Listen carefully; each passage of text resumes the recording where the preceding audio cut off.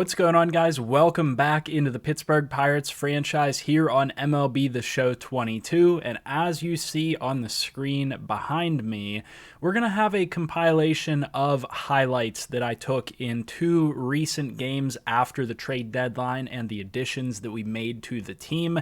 I wanted to do something a little bit different for this video, so I recorded some various different highlights whenever I had the opportunity to. So you'll see those rolling in the background behind me, and I'll probably also be kind of just talking about statistics and whatnot. I might also comment a little bit on what's going on the screen. You're going to see a lot of Miguel Sano, who was just added to the roster, Johann Miese. You're going to see a little bit of Reid McGuire, as we just showed right there. You're going to see a little bit of Daniel Vogelbach, maybe a little Brian Reynolds, and it's going to skip around. It's going to be the first game first, and it's going to skip to different points within the first game, and then it's going to come up to the second game, and it'll skip through various points in that game. In this first game, you'll be able to tell the difference because we're wearing the throwback uniforms. I love these old school Pirates uniforms. I don't even know if you could really call them old school Pirate uniforms, but nonetheless, they are still considered a throwback. I like the red accents, the red highlights, and everything like that. So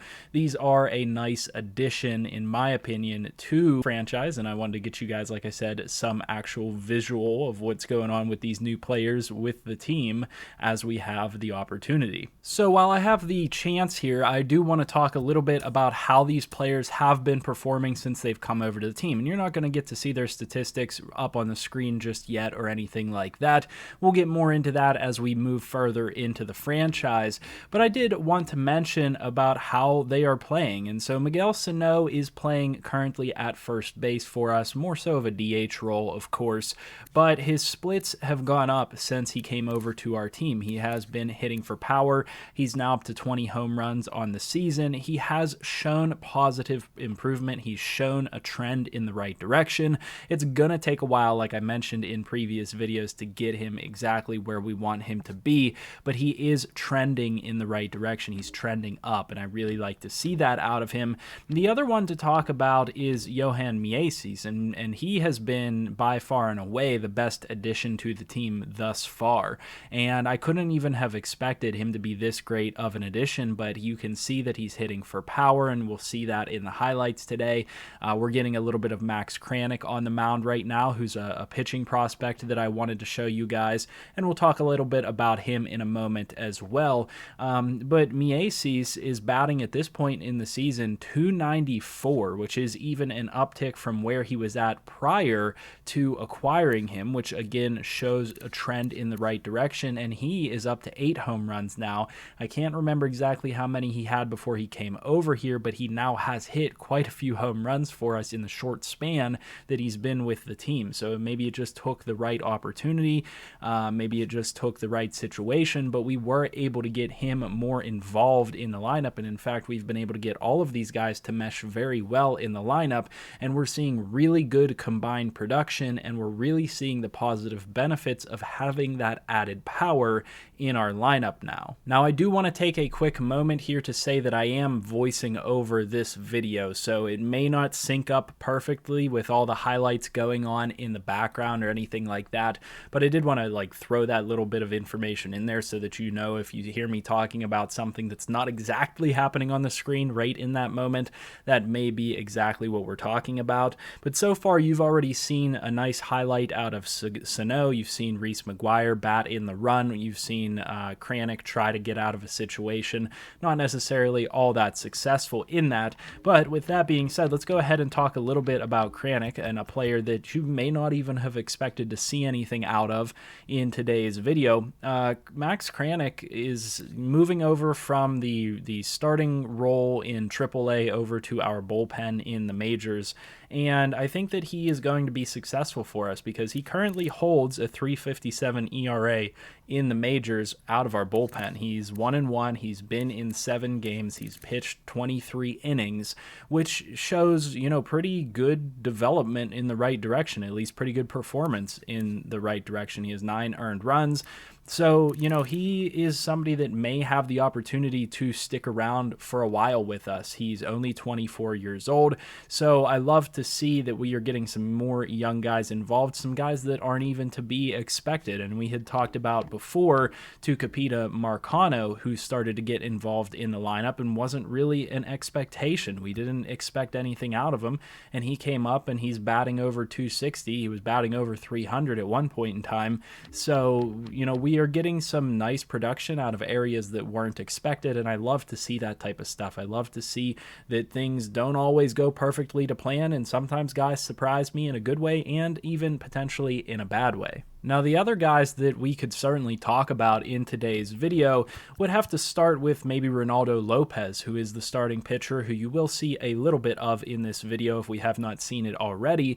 Ronaldo Lopez is 5-7 on the year, and that's obviously a lot included from the previous team. He has a 4.2 ERA, which I believe is trending in a positive direction, and he really just slots in nicely into our starting pitching rotation. He's been playing well for us.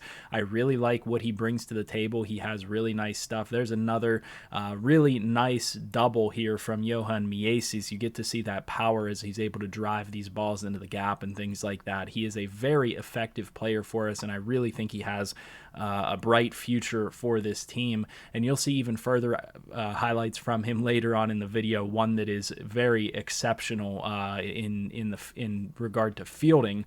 So certainly worth mentioning there. But Ronaldo Lopez has come over for us and played a couple of games, and I'm excited about what he's been able to do. He's been pretty effective so far. I mean, not going to be an ace or anything like that, or at least not yet. He's certainly not on track for that, but we're not asking him to do that.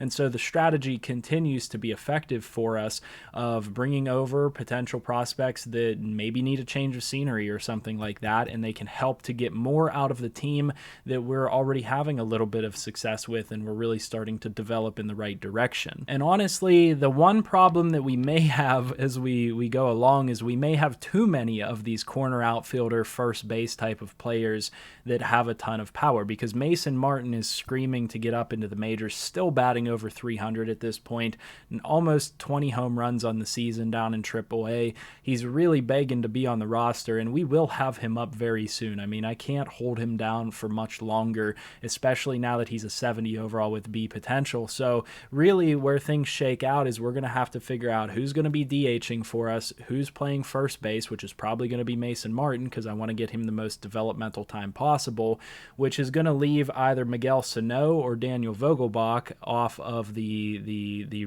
roster, essentially, because that means one of them's at first base, one of them's at DH.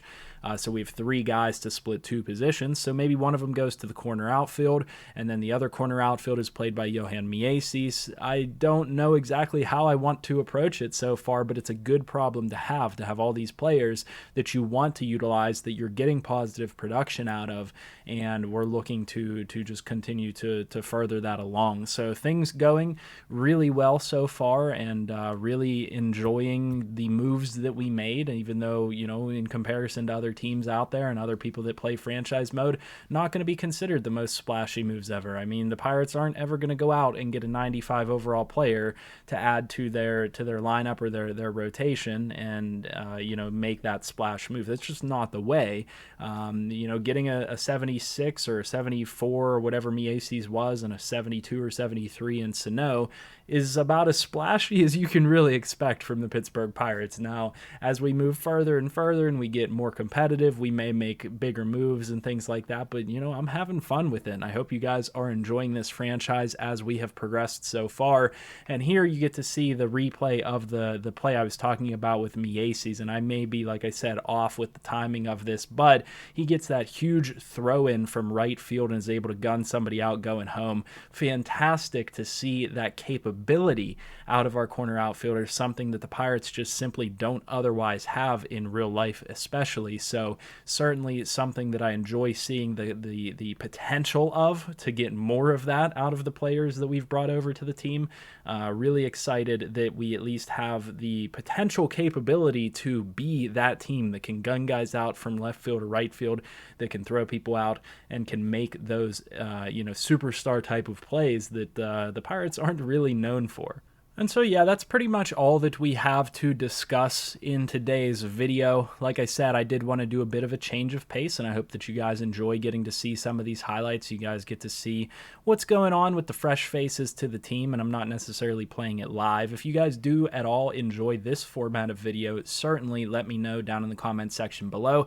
This is a little bit more difficult to make because you kind of have to record them separately. You record the gameplay, but then you record the audio, or you record, my video. And then you kind of have to overlay them and things like that, which, it adds an extra level of complexity to it, but nonetheless, it's almost, in my opinion, a better product because I'm not actually actively playing while also trying to speak. Now, like I said, I'm trying to develop those skills and get better at it. I love to be a full-time streamer and things like that and be able to make these videos for a living. Can't do that quite yet, but we're hopefully going to get to that point eventually. So, let me know your feedback on what you like to see. Do you enjoy this? Do you enjoy the other types of videos? All that type of stuff. Leave it down in the comment section below. And as always, I'll see you guys in the next video, and I hope you guys have a good one.